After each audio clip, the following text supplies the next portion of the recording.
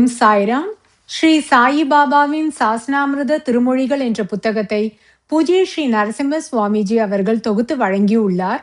அதிலிருந்து படங்களை வழிபடுவதையும் பாபா ஊக்குவிக்கிறார் என்ற தலைப்பில் ஸ்ரீ நரசிம்ம சுவாமிஜி எழுதியதை கேட்கலாம்.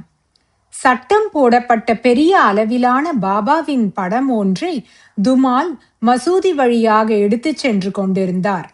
பாபா அவரை கூப்பிட்டார். ஸ்ரீ சாயி பாபா, பாவ், இங்கே வாரும்.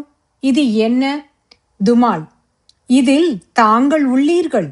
ஸ்ரீ சாயி பாபா, அதை என்னிடம் கொடுங்கள்.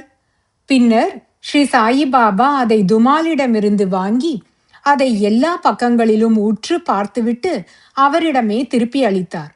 ஸ்ரீ சாயி பாபா, இதை வைத்துக் கொள்ளும். துமால் தன் வாழ்நாட்கள் முழுவதும் அந்த படத்தை வைத்து பூஜை செய்து வந்தார். அடுத்தது பட வழிபாடு. பூஜை செய்யப்படும் படத்தில் பாபா இருக்கிறார். பஜனை செய்பவரான பாலபுவா சுதார் என்பவர் முதலாக பம்பாயிலிருந்து 1917 ஷீரடிக்கு வந்து ஸ்ரீ சாயி பாபாவை வணங்கினார். ஸ்ரீ சாயி பாபா வேறு ஒருவரை நோக்கியவாறு, இவரை எனக்கு 4 வருஷங்களாக தெரியும். பாலபுவா இதற்கு முன்பு பாபாவை சந்தித்ததில்லை. ஆகவே வியப்பு. ஆனால் பம்பாயில் 4 ஆண்டுகளுக்கு முன்பு ஒரு முறை ஸ்ரீ சாயி பாபாவின் திருவுருவ படத்தின் முன் விழுந்து நமஸ்காரம் செய்ததை நினைவு கூர்ந்தார். கயையில் ஷியாமா பாபாவின் திருவுருவ படத்தை கண்டதும் இங்கு குறிப்பிடத்தக்கது. அடுத்தது விஸ்வாசம்.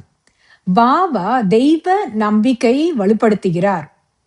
ஸ்ரீ சாயி பாபா, மேகா திரிசூலம் வரையவும், மேகா இந்த லிங்கத்தை வழிபடவும், மேகா இங்கே வருவதற்கு முன் கிராமத்தில் உள்ள எல்லா தெய்வங்களையும் பூஜை செய்யவும், நாச்சனே தேவபுரிக்கு சென்று அங்கே உமது முன்னோர்கள் வழிபட்டு வந்த கற்களை பூஜை செய்யவும், ஷியாமா சப்தஸ்ருங்கிக்கு சென்று நீ செய்து வைத்திருக்கும் வெள்ளி முளை காம்புகளை வாணி தேவிக்கு சமர்ப்பிக்கவும், குஷபா 3 முகங்களுடன் கூடிய ஒருவரை, அதாவது தத்தரை சென்று தரிசனம் செய்யவும், ராவ் பகதூர் பிரதானிடம் பூஜை செய்வதற்கு நீர் கணபதியை கொண்டு வரலாம் என்று ஸ்ரீ சாய்பாபா கூறியுள்ளார்.